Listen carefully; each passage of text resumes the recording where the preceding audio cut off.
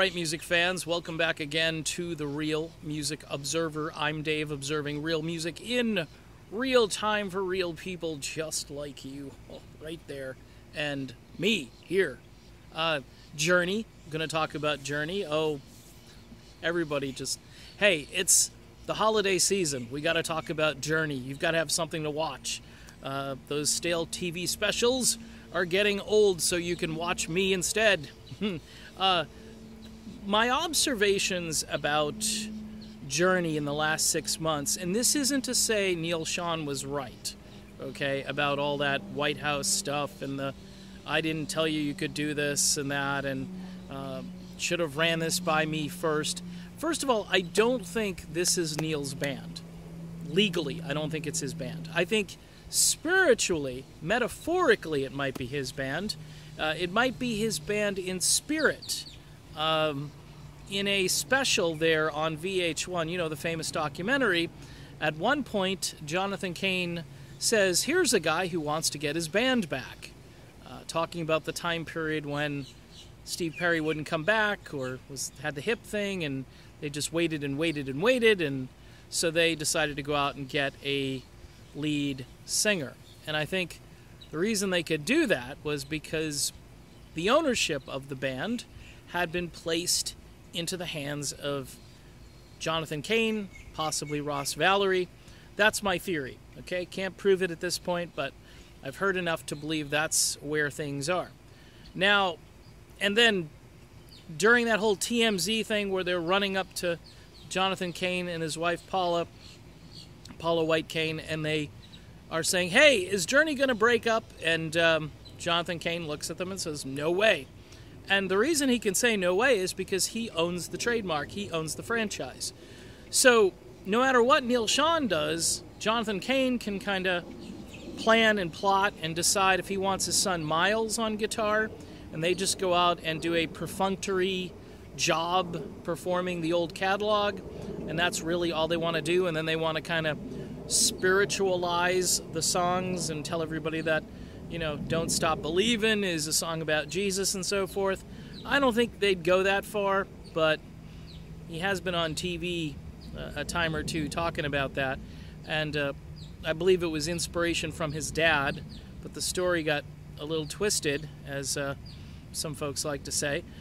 Look, I am of the opinion that Jonathan Cain is really about Jonathan Cain at this point, about his spiritual life. By the way, there's nothing really wrong with that. I want to say that up front. I just think that his heart really isn't in sort of the future of Journey and constructing new music and maybe working with some new people. Maybe I just don't think it's. I think what he wants to do is sort of play it out. Like, he's not a young guy anymore. He may want to tour for a few more years, and then that'll be it, and not really create anything new.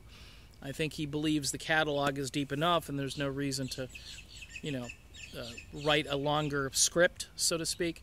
Whereas I'm pretty sure Neal Schon, he's a younger guy, somewhat, a little bit, and he wants to go out there and perform, but he also wants to maybe push the envelope a little bit, maybe record with some people that he used to record with, possibly do a revamped version of the older Journey with Greg Raleigh out there. That's my theory. It's been my theory now for months and months, and I've been vindicated a couple of times based on what we've seen happen so far. John Cain plays his own church, and Neal Schon has a benefit concert scheduled. So there you've got it. So the Journey faithful, though, pun intended, they are all out here waiting for something to happen. Number one, they're waiting for Steve Perry to show up. Number one. That's far and above anything else. But number two, they're looking forward to the whole Neal Schon benefit concert, especially those folks that maybe are a little weary of Arnel, and maybe those folks that want to go back to Infinity and Evolution and Departure and even Next and look into the future. They want to go real far back. And that's pretty cool. And all I can say to them is, I think your time is coming. I think good stuff is going to happen, and you're going to be very happy with that outcome.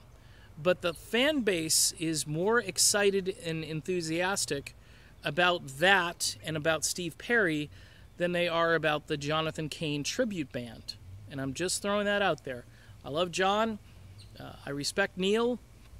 I love Ross, Steve, Dean. All the players in here are fantastic. The problem is, where do they want to go with this? And the fans are just sitting here. They're asking me, what's next? Well, we will find out soon, won't we? I'm Dave. This is the Real Music Observer, and we'll be back observing more real music in real time for real people just like you and just like me.